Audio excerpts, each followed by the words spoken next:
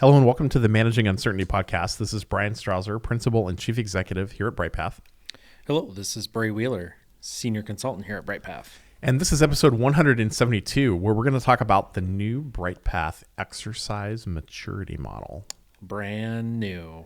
So this came about because a few weeks back, by the time you hear this, it will have been a month ago, Bray and I were at a client's location in New England, and we were facilitating a 3-day real-time data breach, data incident simulation with that organization's crisis management team, a group of subject matter experts, outside parties, third-party partners, and their executive team. Yep. And really about 2.5 days of exercise play. And this particular client has come a long way. We've worked on exercises for them for about 5 years. A long way. And they've evolved from drills and tabletops on more of an ad hoc basis to now this almost fully integrated real-time simulation that's pretty intense. And they devote 2.5 days of time of across 30 or 40 people to this process. And they were asking for more punishment and pain by the end of it. They wanted even more sophisticated by the end of it. So, but on the second night of the exercise, we'd gone to dinner with one of our client contacts, and then Bray and I were doing a little post-meeting drinking, and we started talking about how do you look at an exercise strategy and where a company is at on exercises and kind of tell how mature they are. And that led to us kind of sketching this out initially in just a few notes. And then we kind of wrapped this up the week after the exercise in a conversation that we had and kind of put this together. And so we're going to talk through this. Yeah, I mean, it's something we've always sort of talked through, especially with clients and in the way that they want to do exercises. A lot of times, especially newer clients, they're always looking for, hey, let's do simulation, like let's go for it. And it's like, slow down, back up, and we sort of talk them through what we've essentially kind of put down on paper, to kind of guide them from that. Let's just do it to let's be thoughtful about it and let's build ourselves up, build the confidence up. So, and one of the things that I should say, even before you get to the exercise model. Yep. We've had some prospective clients come to us and say, with no prior work with us, and their first thing they've said was, I vividly remember this conversation, I want to do a ransomware exercise with my executive team. Yep. And by that, they meant a simulation, which led me to my initial question, which was, well, what is the plan that we'd be exercising against? Well, we don't have a plan, and so the exercise would be to convince executives that we need a plan for ransomware. And I'm like, this is a spectacular bad idea that's going to get you fired. Yes, it is. Because you are not setting the team up for the ability to win. This is not Star Trek. We're not testing the no-win Kobayashi Maru scenario. We're not. You need a plan so that you can exercise the plan. It's not really testing the plan, but you're going to exercise the plan, and then you're going to determine what went well and what didn't go well. How do we get better? So. Yeah. The goals of exercises should not be to inherently break, denigrate, degrade people's lives difficult for the purpose of making it difficult or proving a point or something like that. That's not how exercises should be run. At least that's how we feel like they shouldn't be run. It's really about building confidence and elevating difficulty over time. It doesn't mean you can't stress them, you can't make things difficult, but it really is you raise the bar in a way that they feel challenged and you progress through. So our exercise model generally kind of follows the way the COBIT standard talks about maturity. We use that for some of our other maturity models. But it starts with non-existent. What COBIT would say is level 0. Non-existent means you're not conducting exercises of any type. Nothing. You're doing nothing. You are that person who's aspiring to do something. You just don't know what to do and don't know where to start. Which takes us to doing a little more than nothing. What COBIT would say is level 1. It's ad hoc. And by ad hoc here, we're saying that you're doing some drills and tabletop exercises because you should start with tabletops. And we would call a drill is a tactical exercise, right? A drill is, okay, you're running a global security operations center and I'm telling you that there's a fire. What do? You probably have an SOP for a fire. I'm waving a piece of paper around. And your team would then execute that. Okay, that's a drill. You're not going into some full-blown multi-person crisis scenario. Yeah, I mean, think of even just the basics of, fire drill. Schools do it, businesses do it. Mm-hmm. There's what are we doing? We're compliance, regulatory obligations. Yeah, we're evacuating. We're assembling. Or it's a shelter in place for severe weather or something like that. Or, even if you've graduated to a run, hide, fight, very basic active shooter type, drill. It's going through the motions so that when people get into those situations, they sort of know what to do. And, if you think about it, those things have happened since people have been in elementary school. And so there is sort of a norm there to do those things. But that's typically organization's very, very baseline. So we would define ad hoc as you're doing some ad hoc drills and tabletop exercises, and maybe you have some metrics around that. Maybe. Probably for compliance or regulatory, like bare minimum. Industry certification. Check the box. Right. And let's be fair. Everybody starts here. Yeah. Everybody starts here. You have to. The next level, right in the middle of our maturity scale, is an initial strategy. And we would define this as we would say that you're here if you have a basic exercise strategy in place, meaning you have something documented that says this is what we're going to do. Maybe it's in your policy requirements. Maybe you've got a framework or an exercise SOP. That there are some regular drills and tabletop exercises. And by that we mean you've set an expectation and you're scheduling these. It's not just like, well, next month let's have an exercise. And you have some metrics and reporting. And honestly, this is where, Bray, I would think this is where most of our clients are at first. They probably have something in policy and they're doing some of this in the organization. Yeah, especially if they have either one or both of business continuity or a crisis management or even just an incident management process of some sort, even if it's not great or has sort of just been sitting on a shelf. It typically is somewhere in there and they're testing one of the two. And even if it comes down to just every October we do an annual exercise, or every April we do an annual exercise, whatever the case is, they sort of have it at least on their calendar. And so it might not be culturally integrated, but it's operationally on the calendar. Mm-hmm. Our next level of maturity, which I would say we see a smaller percentage of organizations at, is a managed strategy. And honestly, this is where I think most companies kind of aim to be over time. Yeah. This is that there's a defined strategy for drills and tabletop exercises. There is at least one annual crisis management team exercise. There's a documented process for after action, meaning that you're writing an after action report. Like you can point us to one, and you're tracking the action items. You're actually doing something about it. And that there's solid metrics and reporting around, whatever the exercise metrics are. Yeah, whether that's a survey or participation or things that you're tracking in the after action. Those metrics and reporting are spelled out and they're talked about, at least annually. And I think honestly, to your point, Bryan, this is really, if organizations can get to here, I think we are probably look at this as, if you're to a managed strategy, yeah, you're probably good, especially if you're actively working that managed strategy.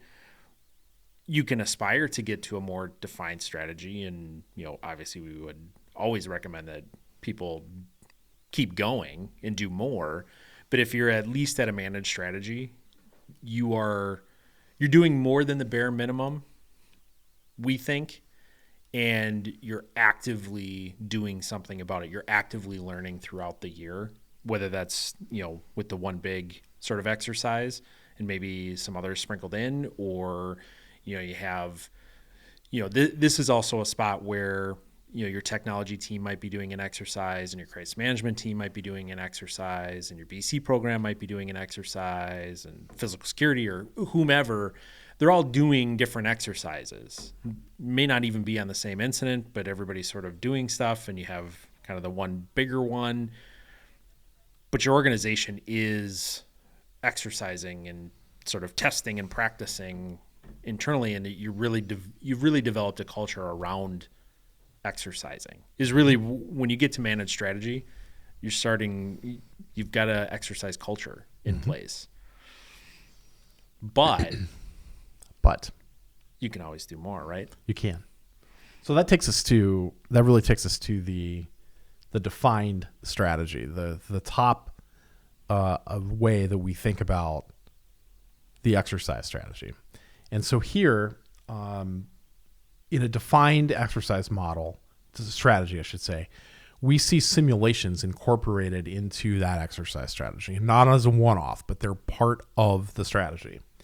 We see the crisis management team and the executives practicing in a simulation, and we look for that the exercise strategy is aligned with functional simulations for communication, information security, and other support teams.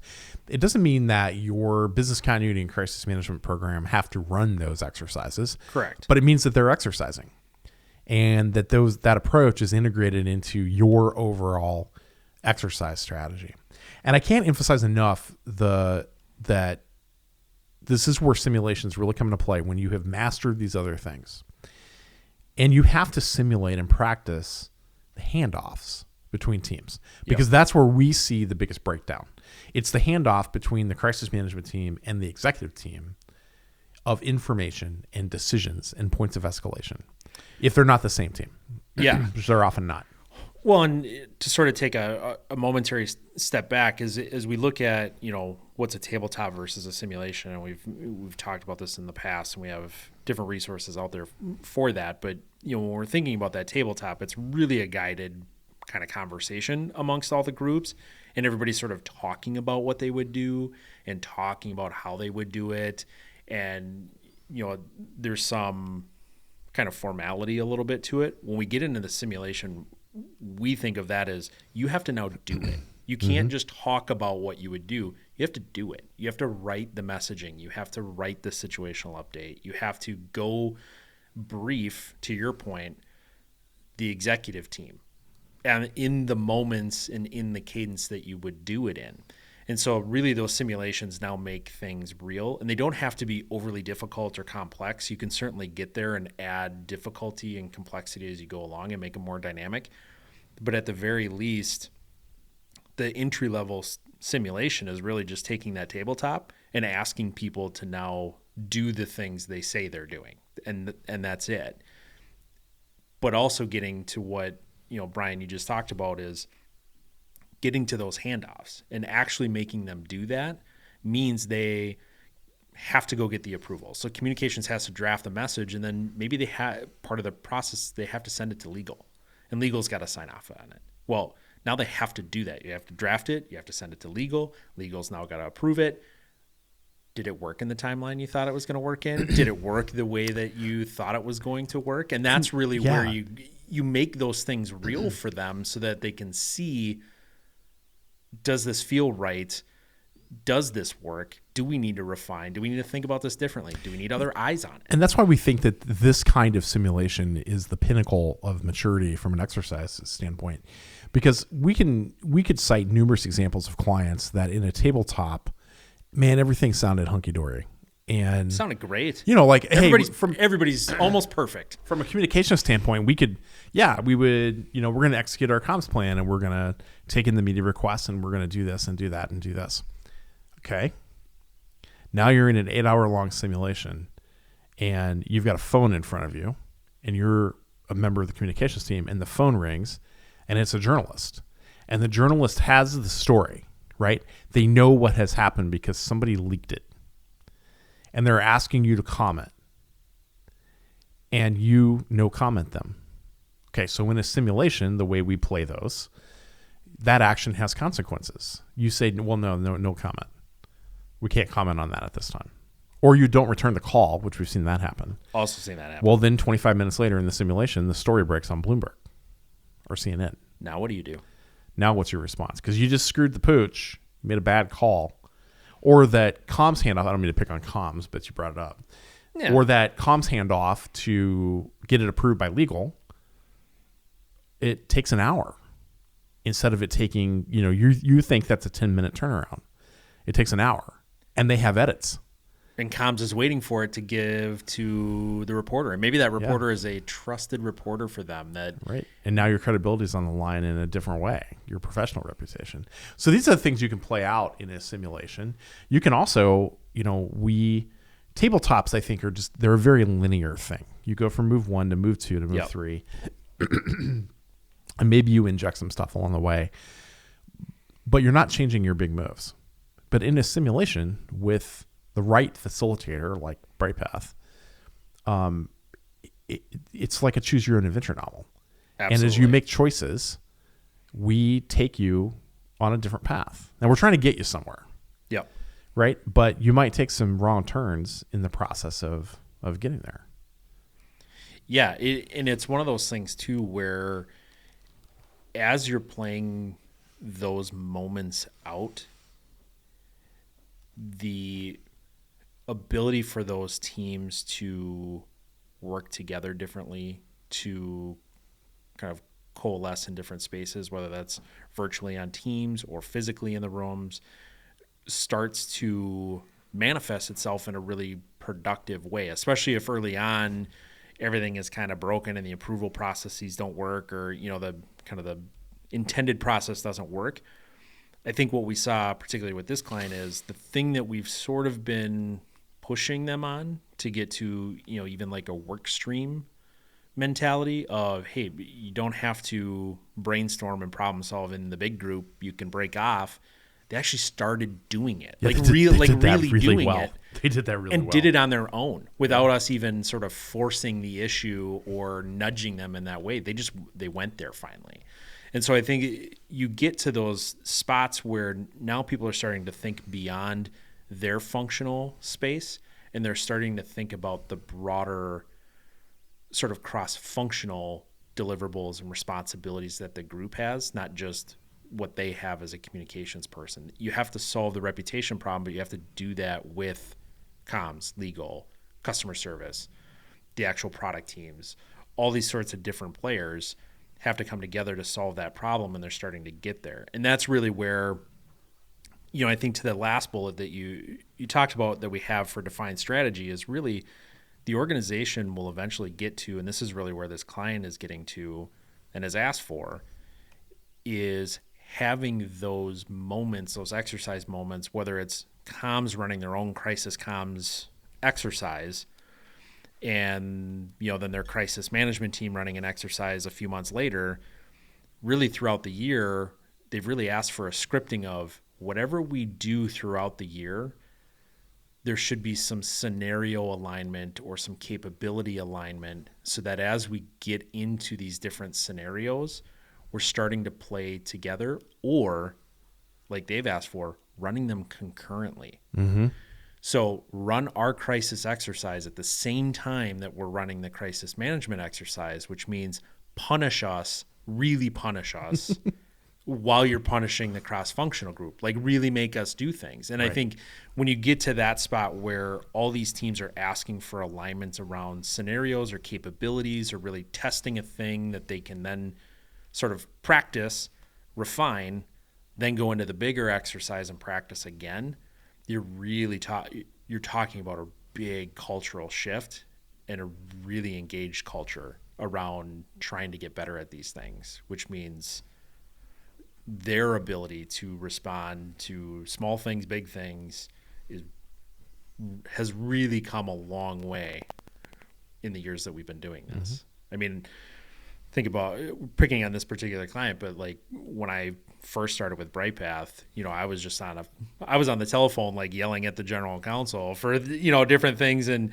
there was sort of like, oh, we don't know what to do. And now it's to the point where they just handle it. They do it. and in some cases they expect it, which was kind of fun. This time we got to throw them some We did typical something things, different. Yeah. and then didn't even do anything more with it, and it, it kind of makes them scratch their head a little bit. The thing that I think is just really the thing that I like to ponder from what you just said, I'm not sure we would have helped get them there without doing simulations. Oh yeah. Right? Because I don't think the tabletops we were doing with them were good, but I think the best growth they've had as a crisis team has come from doing the simulations. Yep. Because I think they've learned a lot from that, and they've taken the feedback to heart. And we can see it in how the incident leader handled this incident in terms of work streams and workflows and kind of sub-working groups in a very different way than they had in years past. I thought it was impressive. Well, and it's one of those things where, as we sort of think about it, the tabletops are really around building confidence and team cohesion, and you can run that within a particular team, or you should run that very early on with your crisis management teams. But to your point, Brian, the real growth is that simulation where now they have that confidence, they have that familiarity, but now you're sort of putting them in the chaos and making them work their way through. So that's our take on exercise maturity and a maturity model. You can grab the one-page exercise maturity model as a PDF off of our website. There's a link in the show notes for this week's episode. That's it for this edition of the Managing Uncertainty podcast. We'll be back next week with another new episode. Be well.